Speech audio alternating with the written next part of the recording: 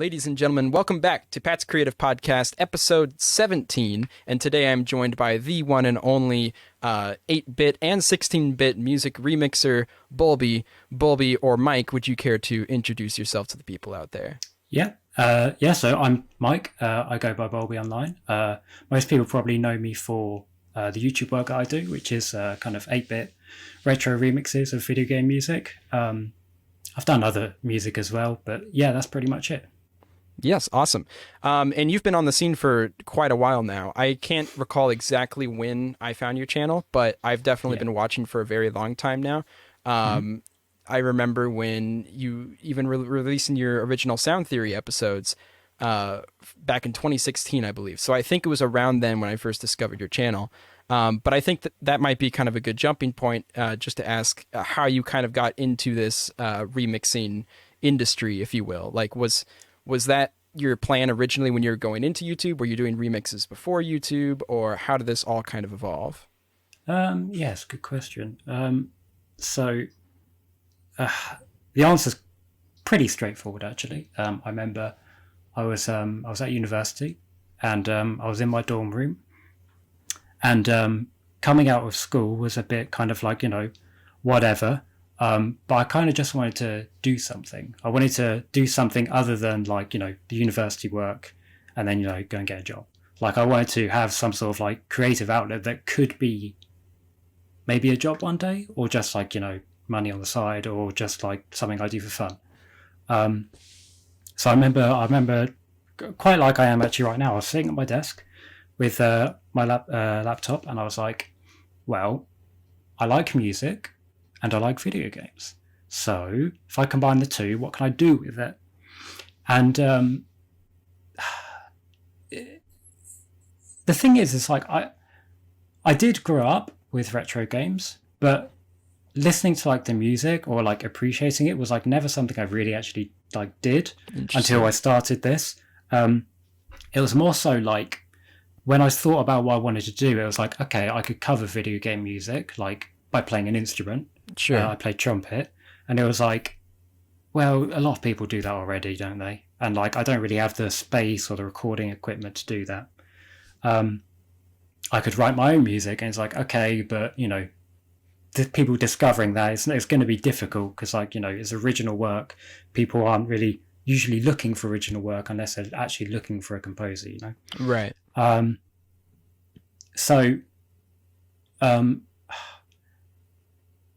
I don't actually know like how I finally landed on kind of like, because like I didn't do like Super Nintendo music till way later, so I don't actually remember how I specifically landed on 8-bit. But I was like, I think I remember searching on the website on YouTube, and I was like, not many people are actually doing this. Right. As far as I'm aware, I've never known how to pronounce his name, so I'm just going to say it as it is. It's Dan Ookt 1. It's like Dan and then 00CT1. That was the only person I found at the time, and that was 2010.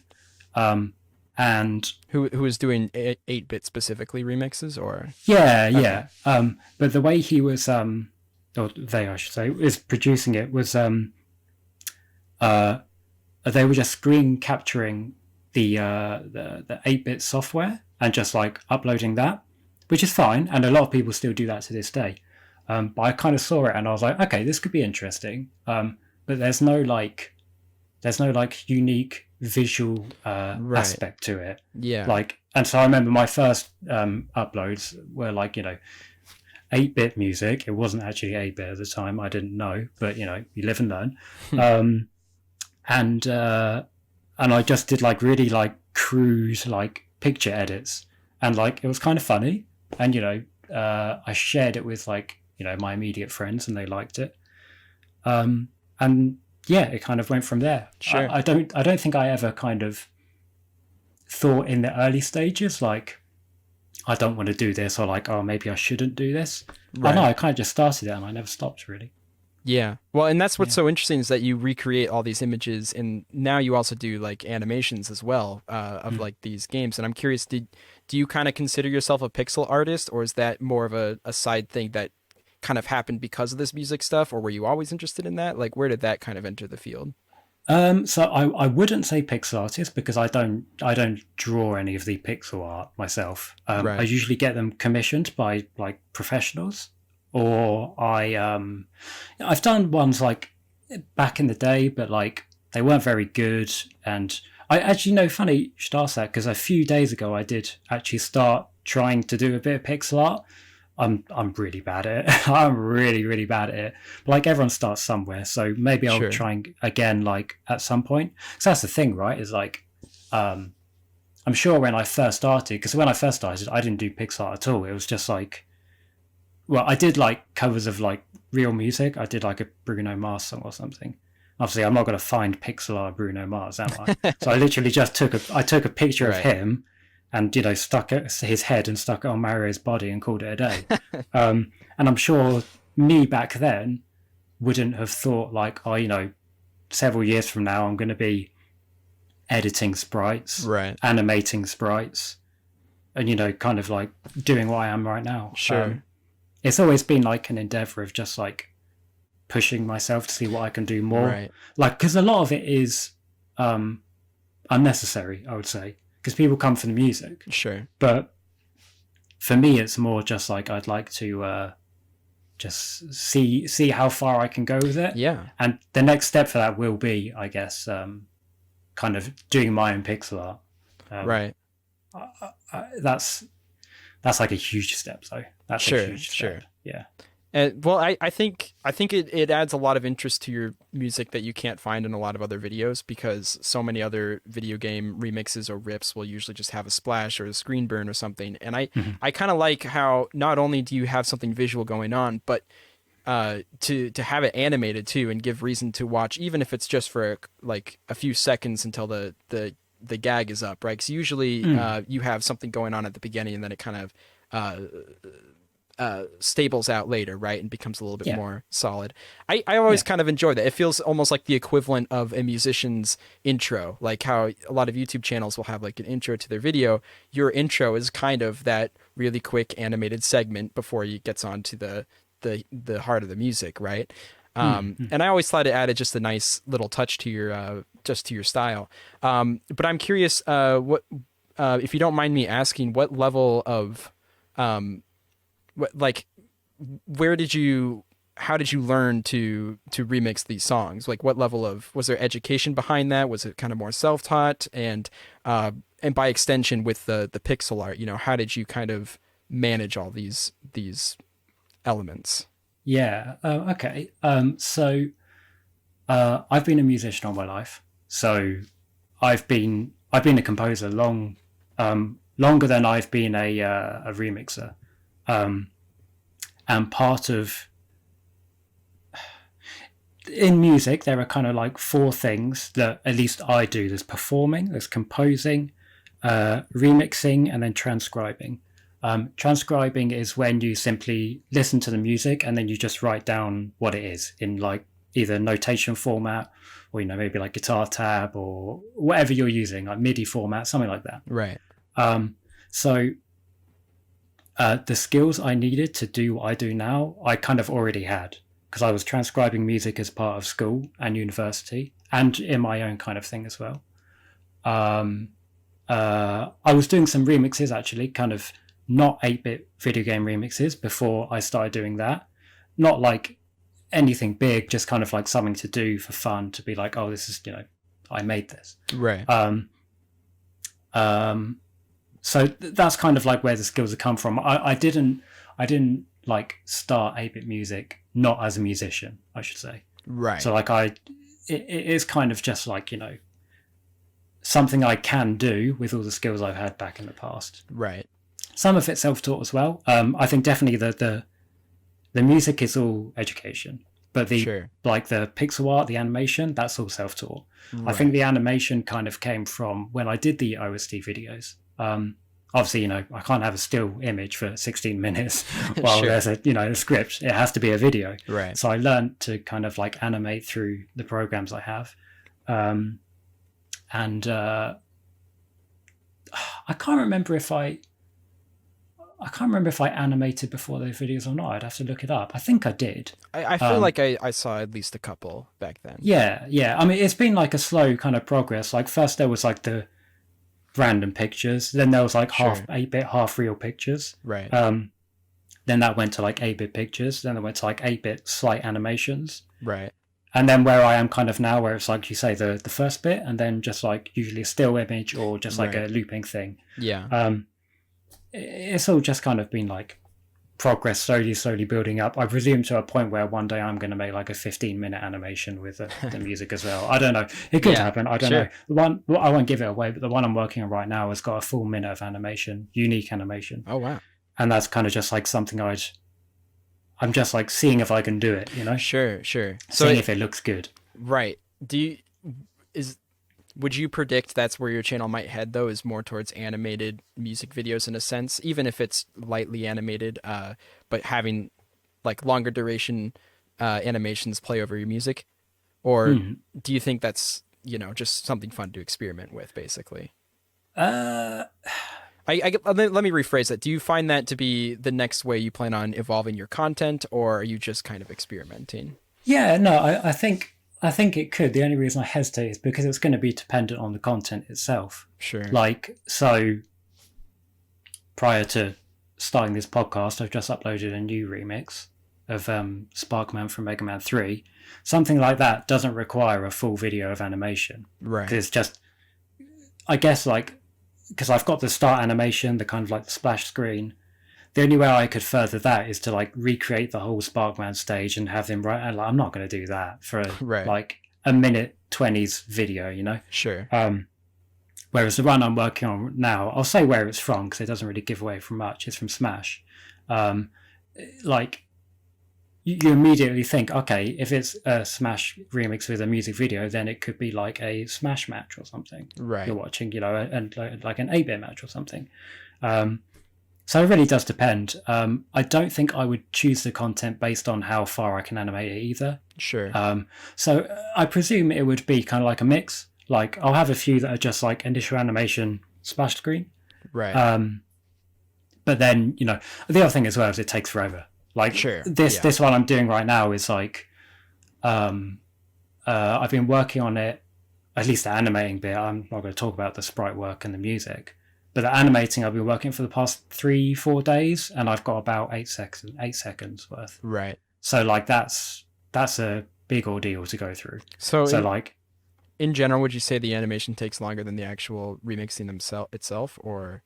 Once again, it depends on the content. Like it, sometimes if I'm doing like a straight 8-bit remix, and not the kind of the VRC6 extension, which is kind of 3 extra instruments you can use. Sometimes, I can do those remixes in like anywhere between 3 days to a week, and then the animation, could be long or short. Right. I don't know. It kind of really depends. Like sometimes the song takes a really long time and the video takes a really long time. Sure. It just depends on what it is and how much I'm willing to do, really. Right. Because sometimes I'm lazy. It's like I can't really be. I'll just do like a still image. Yeah. And is there like a game series where the soundtrack is particularly harder than others? Have you noticed? Like, is there any consistency between difficulty and remixing, or is it just kind of all over the place? Well, to be honest, through the years I've been doing this, I've tend to stray away from the more difficult ones because I know what is difficult, and those are usually like big orchestral ones because, like, you've got minimum 3 melodic channels and 1 percussion channel, and then maximum, if you're just using VRC6, 1, 2, 3, 4, 5 or 6, and then a noise channel. And trying to get the sound of an orchestra in like 3 channels is like, it's impossible. Right. But you can, I'm not saying, it depends on your outlook, because sometimes you want to, some people might want to recreate the original as much as they can. Mm-hmm. But then some people might say, I just want it to be an 8-bit version. Right. Kind of have it be its own thing because it's 8-bit. It can stand by itself almost, while other people, it's like, I need to stay true to the material. Yeah, so like one of the oldest remixes I know on the website is a remix of the Halo theme. and that's like big, isn't it? It's got this choir and like big orchestra. Right. But like the way that it's remixed is I can't remember the name of who did it, to be honest. But it just sounds like, you know, how the game would sound on an NES, and like that's good enough. Like, but I do usually stray away from those big orchestral ones. Right. Well, I'll tell you what makes it easier actually is if it has like a good melody. Like if it's got a unique and like iconic melody, that's pretty easy because you've got one channel which can be the melody, one's going to be the bass, and then the other one's going to be the filler. It's when it's like layered textures on top of each other where like 5 layers are just as important as each other. Is when it's like, okay, so what do I sacrifice, what don't I sacrifice? Yeah. Well, and it's kind of interesting because video game music it evolved in the other direction. You know, you're kind of de-evolving it in a way, but they had to like take less channels and expand it into more or whatnot, while you have to do the exact opposite and funnel it down. I imagine your method's got to be more difficult because you're stripping away what's already there and things that are added for a reason and are really good, but you still got to represent it somehow. So I can only imagine how difficult that is. But I'm curious, like, you know, it is a very particular aesthetic, right? To have 8-bit or entirely, not even just electronic based, but such retro electronic based music. Why do you think people have an attachment to that? Do you think it's partially out of like, or entirely out of nostalgia? Do you think it's because, do you think people just find it a fun experiment? Like, why do you think people might be attached to that aesthetic? Yeah, I think there's a few reasons. Like you say, nostalgia is definitely one. People who grew up with those games kind of are so used to the sound as like its own thing. Right. But to hear kind of like music that was never intended to sound like it, kind of take them back to that time is, you know, it can be a fun experience, can be interesting. I think another one is that I always get comments, people saying like, oh, you know, the song sounds cute. And, you know, so people just like, you know, cute sounding songs. Yeah. And I guess another reason as well would be just like the, just to see how they did it. Like, oh, you know, this song from, well, actually, no, that's, I was about to say the one I just uploaded to Sparkman, but that's actually the other way because I took an 8-bit and made it 16-bit. But, yeah, just like, you know, I could tell you what, so like I uploaded Secret of the Forest Chrono Trigger previous to the one I just did. Right. You know, someone might be like, okay, that's a really kind of slow, kind of like ambient song. How did they do it? So it's kind of like, you know, I guess a mix of like intrigue, kind of like cute sounds and kind of like nostalgia as well. Yeah. And I suppose as well, just like other musicians can kind of like appreciate the project as a whole. Right. And just be like, okay, like, you know, it's a good cover, it's a good remix. Yeah, I imagine like a lot of peers see something like that and they understand exactly what kind of work goes into it as well, and I imagine that makes it more appreciable too. But I think also I imagine some people also just get kind of a comfort from hearing something from their childhood, even though they're not hearing something they heard from their childhood, but just having that theme and unity, it kind of like takes you back to other years when things were simpler or whatnot. One in particular, one of the first ones I found on your channel was your Pikmin's Forest of Hope one, and I remember playing that growing up and hearing this music that I'm already nostalgic for, but in a form that I also remember, but just not that exact form.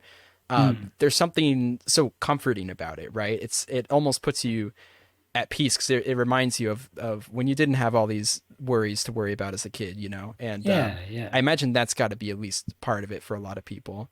But yeah, I would say so. Yeah. Funny you mentioned that one because that was actually a commission from a friend to be played during, it was either a wedding proposal, I believe. If I'm not mistaken. Yeah, it was. Did I put it in the description? You did. And I'm not trying to pretend that I read every description of yours. I think I just happened to read that one. I mean, so. you do more than most then if you read the description. I like how you include that though, because you actually you do work on your descriptions and you add nice little tidbits to it, and I can really appreciate that because it's easy to think like, oh, people don't read the descriptions and everything and put it down, but it is another opportunity to just share more with your work. And I really like that about your videos. Oh, that's good. Thank you. Yeah, I just like to kind of do the most that I can, so that if I do look back on it, be like, okay, I'm pretty proud of everything that I did in that. Obviously, It's going to be impossible as a creative to be 100% happy with everything that you do. Right. But, like say, I can look back and say, my descriptions are, well kind of formatted. They've got everything they need and it's there. Yeah. And it also gives me an excuse for when people ask the same question over and over again, I can just ignore them. Because I just say, read the description. Yes. Yeah. Yeah. And it captures a moment in time where you felt something enough to put it in there, because it's not just describing the content. It's explaining some kind of, albeit like emotional response that you had with that piece. Even if it's something as simple as, I heard this one time from a long time ago and decided to remake it, you're still sharing your individual experiences with that piece. And I feel like it gives more appreciation to the original work, because it just shows how impactful a singular piece can be, right? I keep wanting to say song, but I'm not a music person at all. And one of my music peers told me that a song has to have lyrics in it. Is that correct? Do you know? Probably by the dictionary definition, maybe. Right. I call them songs, pieces, tracks. Yeah, I do too. So as long as you know what I mean, then it's not it's not a big deal. I don't think anyway. Yeah. Anyway, sorry. But yeah, like it shows such an individual response to like that given time, and I imagine rereading that like later on gives you a sense of nostalgia, just as the song is supposed to give you nostalgia for whatever piece that it's remixing, as well as the time. Yeah, definitely. I mean, as you say that, just recently I kind of updated all of my thumbnails, like every single one. That took a long time. Okay. And as I had to do that, obviously I'd go into the edit video thing on YouTube, and I'd see the descriptions. So I'd see descriptions that I wrote, like 10 years ago now. And like most of them were just like capital D : with just like that kind of emoji face. And I was like, what was I thinking? Like, what does that mean? It doesn't mean anything. Right. But it's kind of like a time maybe it means too much. Maybe there's some deep conceptual meaning behind those emoticons. Maybe it's better if we never know. Yes. And that might kind of leads to another question I wanted to ask, and that's just to what extent have you had emotional attachment to your work? Like, do you ever get to the point where you almost feel overwhelmed by emotions when you're remixing something just because of the nostalgia, or even just listening back to your own work later on? Like, has there been any pieces that you're just super attached to emotionally? Not particularly. I mean, to be honest, I'm probably a bit of a unique case, because I don't really get like too emotional over kind of like music. For me, it's always just been like a craft, kind of just like, this is my work, this is what I do. Right. Not to say that I don't. Sometimes I'll be listening to what I'm working on right now and be like, man, that sounds good. That sounds really good. Sure. Or sometimes I'm like, this kind of sucks. And I just scrap it or whatever. Right. But so I don't really listen to my music that much. Sometimes, like every so often, I'll just like see one of my own videos in like the recommended on the side and just be like, let's just listen to it again, see what it was like, see what I think about it now. Well, it kind of keeps you creatively fresh too, to like revisit some of your old work and see where you are now, in a way. Like I've definitely found that kind of inspiring, because what can motivate yourself to do better than criticizing yourself, right? So exactly. Every once in a while, if I rewatch any of my videos, I come back thinking like, okay.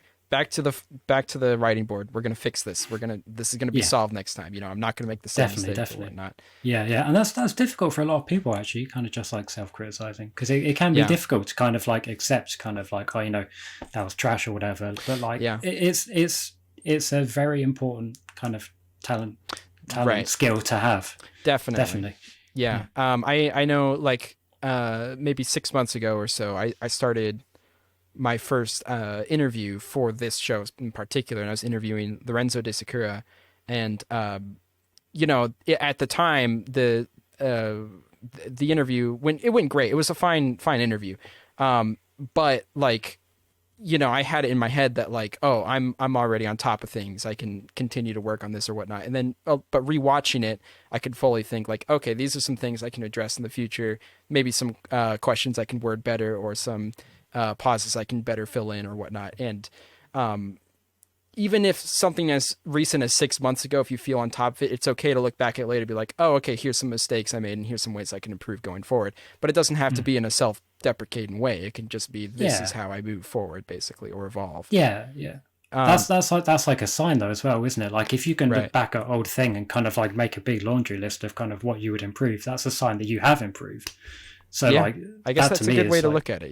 Yeah, that to me is like kind of like, it's almost the best thing, like really. Like if I listen back to my old music and I'm super content with it, then like it's fine, it's good. Sure. But if I can look back and say, oh, I was listening to one of my things earlier actually, I was like, oh, the noise channel's actually a little bit too loud in this one maybe. Then I can think, okay, well next time I do this in this style, I can, bear that in mind and improve for later. Yeah. Yeah. And I imagine that can be more difficult for creators who upload less frequently than you, right? Like who work on a lot bigger projects for months and then it releases and then they have to work on another big project for months or whatnot, right? I imagine it can be difficult to fully feel like you can improve and evolve when you're only working on one project for like a really long time.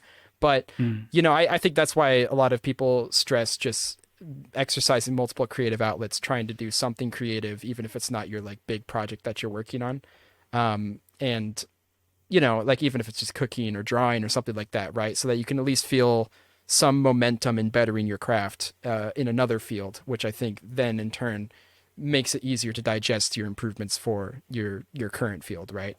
But that's a little bit off topic. I do kind of want to go back to the emotional side of music, and I was curious if you've ever like when you're remixing these songs from games, if you ever felt like emotionally attached to the pieces from the games themselves, or is it just because you're a musician and because you've broken it all down in your head, you almost feel less attachment to the emotional side?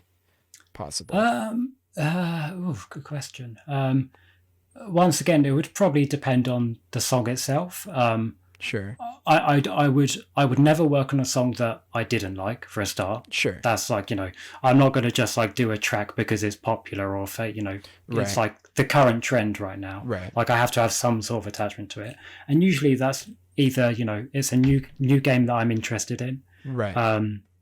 Or it's like a game that I've played in the past, or something like that. But I wouldn't say like emotionally attached, probably not. No, but like I say, I'm probably a bit of a unique case. There might be a few songs like I can't think of off the top of my head that kind of like I really wanted to do. Right. But over the years, I've definitely kind of been a bit more objective about my decision making. Right. And kind of being like, okay, I really, really like this song. Right. But is it going to be a good video to put out? For me, there's got to be some sort of balance between like doing what will work and doing what I want. Because like if you go too far in either direction, then like, it could be like unrewarding in different ways. And for me, like if I just did like songs that like I really, really liked and I had a strong emotional attachment to, but like they're from games that like no one played, because I like a lot of kind of like unique and not unique but like niche games, let's say. Sure. I think actually Diddy Kong Racing is a good example of that. That's like my first, second, third favorite game ever, and I love the soundtrack. But I know that it's not like super niche, but it's like it's not like super popular. So I know that if I do that, it might, I wouldn't say wasted time, but it might kind of feel like that, because I know it's not going to get the reception that I kind of feel about it. Sure. If you get what I mean. Right. Yeah. So I like Diddy Kong Racing is a good example of like a game that a lot of people might remember super fondly, and when they hear music from it, it reminds them of those like fond times or whatnot. And like you got like a Metroid Prime poster in your room, right? like that's one of those games where when I re-listen to soundtrack from that game, it kind of reawakens that emotion that I originally had for it. But that could be because I don't have a musical background. You know, I've never looked at the sheet music of it. I've never deconstructed it into channels and stuff like that. So I still kind of see it as this weird, untouchable nebula, right? And I'm curious if that's why maybe myself and other people get so attached to these pieces, while for you, because you're educated in the field and whatnot, it's easier to just see it as notes and channels and stuff, while also appreciating it, obviously. You obviously appreciate the music, but... Yeah, that's an interesting kind of way you put that, actually, because like even just mentioning Metroid Prime, I do remember, you know, obviously I played the game back in the day. There was a huge period where I didn't think about it at all, obviously. And, you know, so well, I remember just actually one day kind of just like listening to the soundtrack, and I listened to Talon 4, I think is the planet's name, like when you first land on it. Yeah, and I remember just listening to that, and I did have some sort of like emotional reaction to it, because I was like, man, this is bringing me back, and it sounds great. Right. But as you were kind of explaining that thought, I was like, I sometimes have those thoughts to the original songs, but when I listen to like my own remixes and like other 8-bit remixes, I don't, because I guess I kind of tend to associate that genre of music with like work, right, instead of like kind of like experiences, right, if that makes sense. Yes, that does make sense. Yes, that's probably the best way I would explain it. Yeah. Right. Okay. Well, then, kind of on that topic, then, of work and seeing your pieces different as like the original and stuff like that. I'm curious as to what kind of your thought process is with regards to remixes and ownership and whatnot, right? Because you know, and even copyright problems, which I believe you've run into a handful, right? Yeah. Let's actually kind of start with that. To what extent have you had to deal with copyright problems? Has that been like a constant thing you have to deal with, or? So once again, it's kind of been like a learning process. There is a way you can kind of like avoid them in some way. Sure. One of those is to what I do. Well, I made a note to do it sooner, and then I didn't, and then I uploaded Chrono Trigger's main theme, and that got an immediate claim. A good way to avoid it is to simply upload the original as an unlisted video. Right. And if it gets immediately claimed, then that for me is like, okay, I'm not going to work on that. I'm going to leave that one, which is unfortunate because a lot of the biggest songs are the ones that get immediately claimed. Interesting. So it kind of like cuts a lot off the list already. Sometimes if I like the song enough, I will do it regardless, because sometimes I can think to myself, okay, well, you know, maybe I won't get any money from this one, but maybe this is like kind of like the money that I get from Patron can kind of like cover it in a way. Sure. I haven't got any like expenses, so I don't really need anything covered. But you know what I mean? Like it's kind of like I'm going to lose money here, but you know, I'm still kind of making money elsewhere, so it's fine.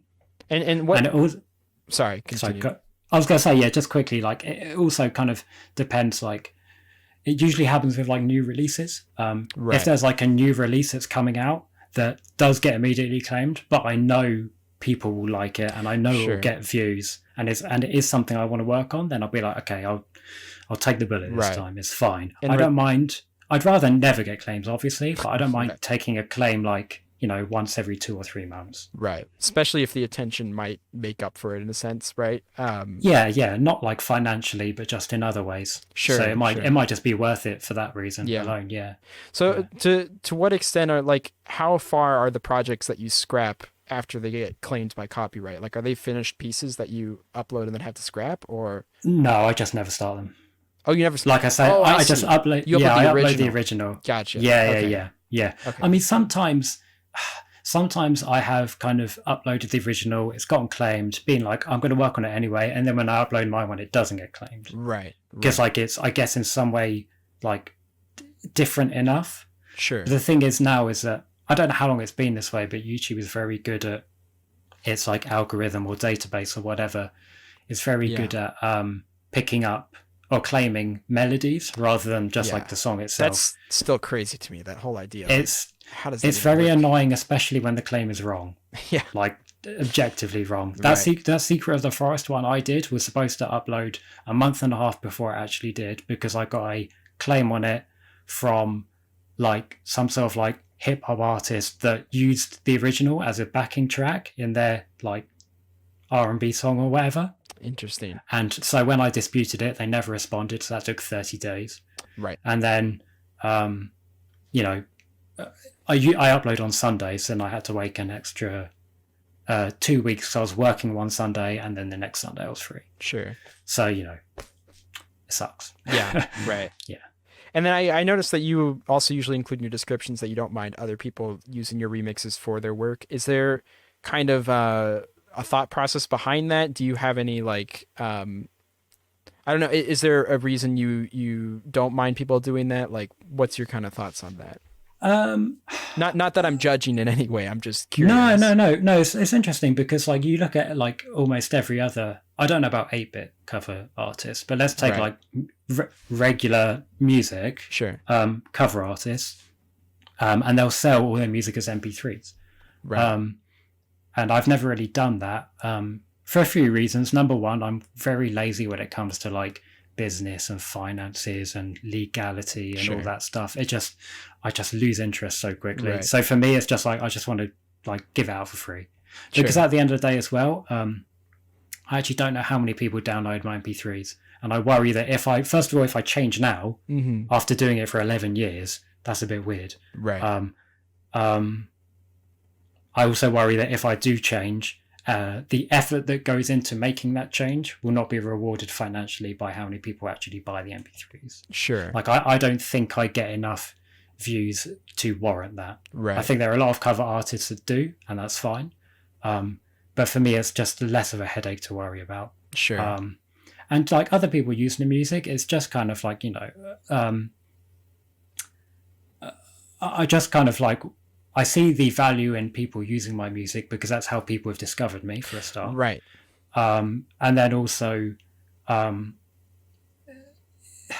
it's kind of just like, you know, I get all my sprites from, well, most of the time from Spriter's Resource, which is a website. And those sprite sheets are uploaded by individuals who have gone out of their way to rip these sprite sheets. Right. And sometimes make custom sprite sheets and make their own sprites. And all they say on there is, you know, if you use, please credit me. And so I do in the description, and sometimes I do in the comments. So for me, it's just kind of just a way of like not being, I don't know how I would say it, but like, you know, if I'm going to use other people's work for free, then I want people to use my work for free. Sure. Yeah. That makes sense. Kind of thing. Yeah. Yeah. Because with the remix, you're also using like the original compositions as well. So it's kind of a pay it forward method in a way, you know? Yeah. But also I think with your tracks specifically, they aid themselves to people's videos really well. And I think it, like you said, it probably is a good way to bring more people in and get people to find you because, you know, there's so many situations where your music would be applicable to maybe someone's video essay or someone's comedic video or whatnot. And I feel like it works to kind of see your music appeal to other peers. And as we were mentioning earlier, how peers are fond of your work and whatnot, it seems like good music to be in that stratosphere, basically, in that circulation or whatnot. Yeah, definitely. And I think a lot of the people that have used my music have had a positive impact on my channel. Right. Just through kind of like people then coming back to my original video and first of all giving me views. And then, you know, commenting saying, I know I came here from so-and-so's video. Sure. And, you know, that's great, especially some of the people who've used it, you know, people either I know or I follow. Right. So it's kind of nice for, you know, content creators that I follow to be using the content that I make. Yeah. As part of their kind of whole package. Yeah. Well, if I remember correctly, I believe I discovered your channel through one of Smooth McGroove's live streams where he was drumming along to your music. And then he was saying everybody should check out Bulby, who's speaking very highly of you. And I think that's how I discovered you, if I remember correctly. So it has some kind of impact, right? Just having it in that loop. Yeah, definitely. Yeah, he's a good guy as well. Sometimes I jump in his stream and he's very, very nice. Yeah. So I'm glad he's back. Cool. I was worried that some kids would grow up without seeing frequent Smooth McGroove videos on YouTube, and I was like, that sounds unfair. what a life. Yeah. What a life that would be. Yeah. So to kind of, we touched a little bit on this earlier, but just to kind of get back to it, with the series that you started a long time ago, Original Sound Theory, it was definitely a different approach to content creation than your usual approach. And I was just curious if you ever plan on kind of going back to that more long-term format, if you ever plan on entering music theory again or whatnot. Like, has there been any kind of urge to scratch that itch of more long-term content like that? Yeah, you know what? It's like when I stopped doing that, I was pretty content with what I had done and being like, I'm probably not going to revisit this again. Right. But I get comments all the time, people saying, "Man, when are you going to do that again? Wait, that was really, really good." And I'm like, "Man, people really like this. People really did like this." But the thing is, I remember the reason I stopped. Well, I'll tell you the reasons why I may or may not do it in a minute. But the reason I stopped was because I remember the last video I did, which was a Pokemon one with Jimmy Wetzel. I remember making that and thinking to myself, you know, like I say, I create content that I want to do. Sure. But I remember also thinking, like, this is part of this new series and it's Pokemon. And Pokemon's super popular. So this video should do pretty well, right? And it didn't do, well, I'm not going to say it didn't do, but it did badly. But I think I remember putting all that time into that video, it getting less than average views, and then I uploaded a remix like a week or 2 weeks later, and it immediately superseded it. And I was like, why would I put so much time and effort into this, what is essentially a side part of my channel, because most people are subs for the music, and get, you know, less views. So it was kind of like, I'm not gonna say it was a business decision, but like in a way it was, because it was like the amount of time I put into it with what I was getting out of it was like, it wasn't really adding up. But doing it again in the future, I wouldn't be against it.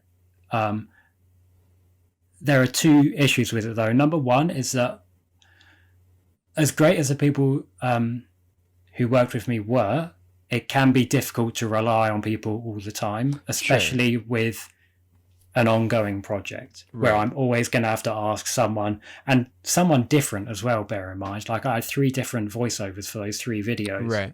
I could get repeat gigs, but like, you know, I don't know about that. So I would have to do it. And at the moment, I don't really feel comfortable doing that in my current living situation. I'd probably have to do that when I get my own place. But the problem with that is that I'm going to have a full-time job and I'm going to have less time. So that's going to mean less videos. So like, it's difficult. It's difficult. And the other reason is because there's already channel's 8-Bit Music Theory. I think that's his actual name. And they do kind of like music theory videos as well. They're more kind of like very analytical, very kind of like musician term heavy. I think a lot of people watch those videos, have no idea what he's talking about, but be like, yeah, this is pretty cool, which is great. I think my ones were a lot more easy to digest and comedy driven, or like had like kind of comedic bits every now and then. They were kind of like, you know,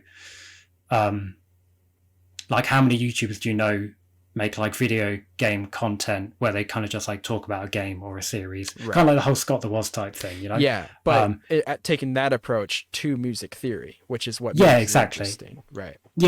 So I do see kind of like, I guess like a gap in the market, if you will, for my style of video, which is I guess why people keep asking me to bring it back. But it's difficult, man. If I had more time, I really would. But it's hard, especially like we said earlier, now that I'm kind of pushing myself more and more with the remixes and trying to see how much I can do with them. Like the time I have for other things is just less and less, man. So time is definitely always our main enemy. You know, you can theoretically work around pretty much everything else but time. But if you were to go back into explaining music theory and stuff, you feel you would do it in that same format? That would be your ideal way to come back to it? Yeah, I would definitely do it in a way that is easy for non-musicians to understand, at least to like an extent. Like I presume even if you've like, you know, never, well, I don't want to say never, but most people, I'm guessing know what like a major chord is and what a minor chord is. Right. So like, I probably don't have to explain that. Right. But like, if I say the phrase like "Tears to Piccadilly," you're not going to know what the hell I'm talking about. So that's something Right. I have to explain. Yeah. So that is definitely like the way I would do it. Kind of like easy to digest, information based, but also kind of like funny bits here and there. Sure. Yeah. Yeah. Well, and the editing of that was impeccable. I mean, that was also very user friendly with the breaking down exactly the notes on screen and even having indicators to which note you're on and stuff. You could be a 6-year-old and watch that and be like, I understand some of this at least, you know? And that's why I really appreciate it, because I don't know anything about music theory. I have a lot of people in my immediate circle who do, and I catch murmurings every once in a while from them and specific terms and whatnot, but I ultimately don't know anything, and a series like that was very fascinating to me. I think that's actually, if I do remember correctly, I think the first video in that series was very, very basic, and then kind of like in the second and third one, I had to assume that you had watched the videos prior, so I could kind of build upon the information. Right. That's probably the way I would do it as well. Because you're hesitant to say the same information twice in a way, right? Yeah, exactly. Yeah. I think in one of the videos, actually, I did just like copy and paste one section, or at least I kind of like hinted, watch the previous video or whatever. Yeah. A bit of a Bulby's masterclass then. You got some progression going in each episode or whatnot. Yeah. And the thing is, I enjoy teaching people a lot. So like that, those videos were kind of like a passion project in that way as well, where like I want people to be able to watch and learn these things. Right. And kind of gain something out of it other than just entertainment. Sure. So that was kind of the goal with those. Yeah. Yeah. I might revisit them sooner rather. It's difficult because with everything going on right now, I do technically have more time than I would otherwise. Sure. But when everything gets back to normal, like that's when I'm really not going to have any time. It's hard to set the building blocks now. Yeah, definitely. Yeah. Well, if you do ever return to it, I'll definitely be there watching, and I wish you luck in trying to explore that alternative. I'm going to kind of move on to another question I wanted to ask, and this is one of the questions that I ask every creator now, is if you had any advice that you could give yourself when you were first entering this industry, what would that advice be? Like, what's some of the best advice you could give to any new creators out there who want to do similar things to yourself or whatnot?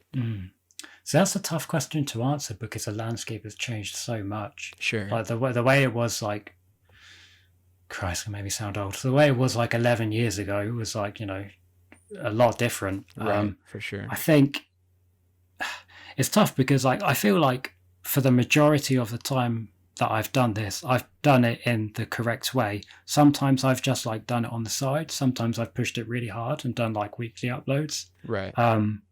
Sometimes I've got loads of views. Sometimes I get like barely any.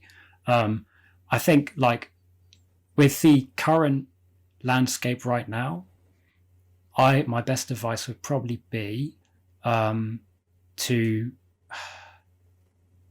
not worry about the output of your content. So I'm talking like views, likes, comments, how many subscribers you have, because the way it is today with like the YouTube algorithm and such, there are so many variables that can make your content kind of not feel rewarding to do. Right. And you don't want that to discourage your craft, basically. Yeah, exactly. Yeah. Like, of course, it can be very corny and cliche of me to say do it because you love it, because really everyone should be doing that anyway. Right. But I think to give an example of a different creator, that's kind of like a good example of this. Scott the Woz has been making videos like he has for a very, very long time. Right. And it's only in the past few years that he's super exploded. Yeah. And whether that was because of like an algorithm or people just weren't interested, I don't know. Right. The thing is, he had the passion to do it just because he wanted to. Yeah. And I feel like that should be the foundation for every creator. Right. Just like do it because you enjoy it. Don't worry about the views, the likes, how many subscribers you get. Don't compare yourself to other people, because people, like I say, I've been doing this 11 years and I haven't got 100k subscribers, and like some people get 100k in their first 6 months. Right. And I've seen creators in my comment section saying, "Oh, I really like your music," Right. and they do their own thing, and all of a sudden they're way ahead of me now. Right. Yeah, they're way up there. So like, yeah, don't compare yourself to other people. Right. Do it because you like it, and just don't. Yeah, like I say, don't worry about the output because there are things going against you that you have no control over. Yeah. So it's not worth worrying about. Right. One thing I always like to say is on the shows, like, there's only so many things you do have control over, and you should put your efforts towards that as opposed to something as fickle as retention or engagement, right? Yeah, exactly. What you do have control over is your craft and what you're making, and as long as you focus on trying to better that, then everything else, if it happens, it happens, right? Yeah, exactly. Yeah, that's why, because I want to say from October of last year, that's when I properly stopped kind of like trying to chase any sort of algorithm, because Right. I was putting a lot of work into it. I was stressing myself out a lot. The views were kind of lower than average, and I was like, you know what, I'm kind of done with this. And what I do now is I just simply make the work as good as I can. Doesn't matter how long it takes. I don't have to stick to any sort of schedule. I'm just going to do it. And do you think that's helped with avoiding like creative burnout and keeping you more just fresh and fluid with your creations? Yeah, definitely. Because I can also look back at kind of the work I've done over the past, let's say from late December onwards, and look back and say, I'm still very happy with this. Right. It's like I didn't rush anything. I didn't kind of try and push anything too far. I did it for as long as it would take. And now I can look back and be like, this is really, really good. Right. And that kind of motivates you forward to keep going. Right. Like even before we started this, I just said today I've been really, really productive. And those days are coming more often than not. Like I'm not having to have like any like super breaks or anything. Right. Just because I'm, people work in different ways.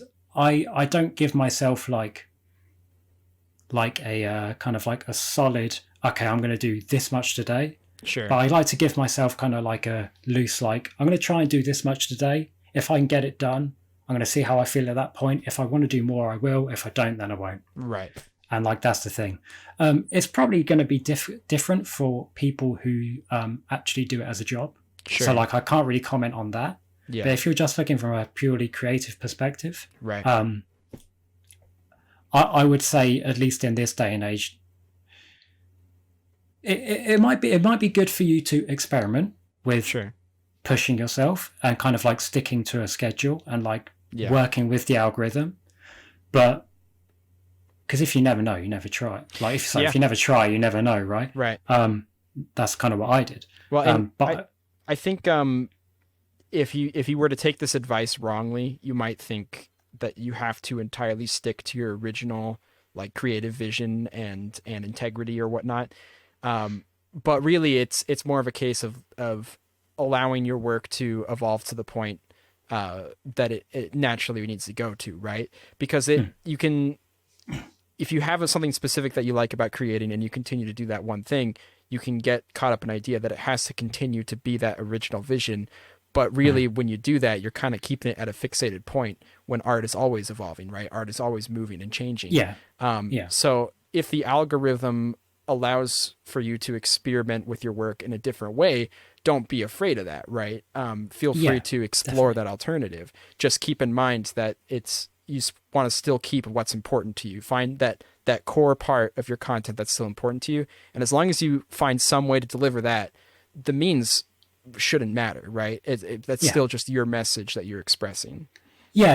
I would say, like, so like we said earlier, I wouldn't say, try not to get demotivated with kind of like views and likes and whatever, but you can still use it as a way to kind of like self-criticize your own work. Sure. And, so I might look at The Secret of the Frost remix I uploaded. It got less than average views. So I have to say, okay, so can I come up with reasons for why that was? Right. I thought the music was fine. I thought the graphics were fine. I had upload problems. Maybe the song isn't as popular as the main theme. Right. So like these are all things that I can think of going forward and like improve as a creator going forward. Right. So I would say like use things like views, retention, likes, this and that, to self-analyze your own work, but when it gets to the point of demotivating you is when like is a point where you should kind of like let go a little bit. Definitely. Yeah. Because you always want to carry on improving at your craft, but you can't let those statistics demotivate you when you have no control over them. For sure. Yeah, it's that's ultimately the thing, is that you can only control so much, and you cannot get worried about the things that you can't control. And that's ultimately because there's you can be worried about, you know, not receiving retention and engagement, but if you have to first worry about burnout and affecting your creative drive or whatnot, because ultimately that's the reason you're in this, is because that you want to create something and express it. And if you damage that, then that's a lot harder to fix than trying to shape your vision or your craft into something that's more digestible to the broader audience, right? Yeah, definitely. Yeah, it's a lot easier, like I said with the Secret of the Forest example, it's a lot easier for me to, it's a lot easier, it would be easier for everyone, I should say, to be comfortable with your work before you worry about what other people think. Right. Because then you can say, okay, I was fine with how it was. Maybe it was other factors. If you can, because there will be a steady kind of line of progress where you will look back and say, okay, maybe that wasn't as good. Maybe that wasn't as good. It's only when you get to the point where you are genuinely happy with everything about it. And the thing is, I can listen to that song after this podcast to be like, oh, actually, that bit was a little bit loud, you know, this and that, you know, and, you know, that's not going to affect views like at all, really, but it's still just the desire to self-improve. Yes. Which to me is the most important. Yeah. And it shouldn't be taken as a way to tear yourself down either. You don't want to tear down your own work, but just seeing it as areas that you can improve on, right? Definitely, yeah. So don't let it have the opposite effect where it bogs you down to where you don't want to create, because I've seen that happen to people too. But yeah, all good advice across the board, I would say. I'm going to kind of finish up the podcast with the final question that I also usually ask a lot of creators, and that is just how you've been creatively dealing with everything going on in 2020 with regards to the pandemic and everything else, and also just if it's inspired you to kind of create more, or if you feel like you've been creating less, basically anything that's affected your creative drive with everything going on. To be honest, once again, I'm probably more of a unique situation because I'm very like I'm very introverted. Sure. Usually, like outside of, you know, podcast situations or like anything that I consider work. Right. So like, in all honesty, I've been perfectly fine. I've just been in my room all day, which is what I would have done anyway. Kind of like getting on with my work. The only thing that has changed actually is obviously this is like the whole, I'm on here for the music mainly, but I also have been doing competitive fighting games for as long as I've been doing YouTube. And so those are kind of like the two sides of my life. Right. And that's been shut down because of COVID. Right. Like there aren't any sort of like tournaments or things I can go to because of that. Sure. So that's been shut down, but that has allowed me to have more time for YouTube. Yeah. So to be honest, like I've had waves like, you know, of like a day or two where I've been pretty down about it. Sure. But I usually just kind of bounce back and be like, okay, there's work to do. Let's get on with it. Right. I understand it's not that easy for a lot of people. Sure. Especially with like, you know, other kind of commitments other people have. Right. But when your craft is very kind of like, what's the word I'm looking for? Like it's just me in my room working on it. Like very isolated in a way. Yeah, exactly. Yeah. It's been not too bad for me actually. Sure. Not to, you know, demean the problems that people have had, but for me personally, like, doing this kind of work in this kind of current environment has been fine. So, do you think it's helped you create more, or do you think you're just pretty much the same as it's always been? Well, it's helped me to create more. Aside from the fact that in October I decided to create less. Right. Okay. Like I said, because I didn't want to, you know, chase the algorithm anymore. It's made me more, like I say, I've been wanting to work more. Sure. Whether I have or not is, you know, a different story. Right. But I've definitely been more motivated to work. I'll say that. Do you think there's any correlation between having more time to work towards the algorithm and then leading to October, you decided you don't want to chase it anymore. Do you think there could be correlation between having more time to do that and whatnot, or is it just kind of happened since? Um, Just because I imagine if I had all the, because I work and I have school and stuff, but if I had full time to work on this and just chase it, and then I use up my entire days just working towards it, I imagine I might kind of hit that point too, right? Where I have like a bit of a burnout essentially. yeah, maybe I kind of didn't explain properly. I think I've been working either more or the same, but my output has been less. So Right, okay. like I say, because I've been working on things to kind of improve it as much as I can. Sure. I've still been doing, like today has just been like work, small break, work, small break, work. Now I'm here. Right. So I've been working all day and I'm super happy with it. But because of what I'm doing is more difficult and I haven't done it before, Sure. it's going to take longer. So like, I guess like I have worked more. Right. When things go back to normal, it's tough to say. It's really tough to say. It really is. Because how can anyone predict, really? I mean, yeah. Yeah. I would definitely spend less time on music, more time on my game stuff. sure. Because there'd be a reason to do it now. There's a lot of catching up to do, basically. Exactly. Yeah. So like I would probably work less, and because I'm doing more, I would be more tired more often. So yeah. Maybe I have worked more in the pandemic, but I don't think I don't know. I think I'm just as motivated as I would have been otherwise. Sure. Let me say that. Gotcha. Yeah. Well, that's definitely a good thing. It's definitely good that you've still had this creative drive, and obviously you do still have quite an output, even if it's not as frequent as maybe it was before October. But as long as you continue working on it, and it's not like the quality is diminishing at all or whatnot. So that's all good for you. I'm very happy for you, and I hope that creative drive continues to stay throughout 2021. And with that, I believe we are just about out of time for this podcast. So I want to thank you very much for joining me today. If there's something you would like to kind of plug or just announce or just let people know where they can find you, feel free to do that now. Okay. I don't particularly have too much to plug. Just YouTube is youtube.com. I think it's /c/Bulby. That's kind of the way it's set up now. Because usually it's kind of like /user/ and then just a jumble of letters or something. Right. I think if you just search Bulby, you'll find me there. It's no problem. Fingers crossed. Yeah, hopefully, yeah. And then other than that, the only other place I'm active on is Twitter. That's at BulbaMike, like Bulbasaur, but just Mike instead of Saw. Sure. Yeah, and that's it. I mean, all of my links are on my YouTube channel, so if people are interested, just find my channel and you'll see everything else there. Well, and you do stream every once in a while, is that correct? I did when I was playing Smash still. Okay.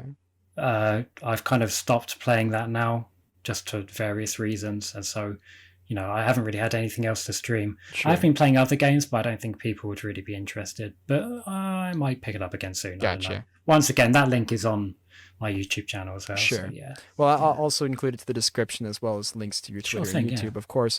Bulby, thank you so much for joining me today. And thank you all out there for watching. If you're watching this on Patreon, thank you so much for your support. And as a reminder, you can check out any of these clips in a more condensed form over on my YouTube channel. And then, of course, maybe subscribe if you want to check out more videos. And, of course, subscribe to Bulby. And thank you guys again so much for watching. And I'll see you guys in the next episode. So long.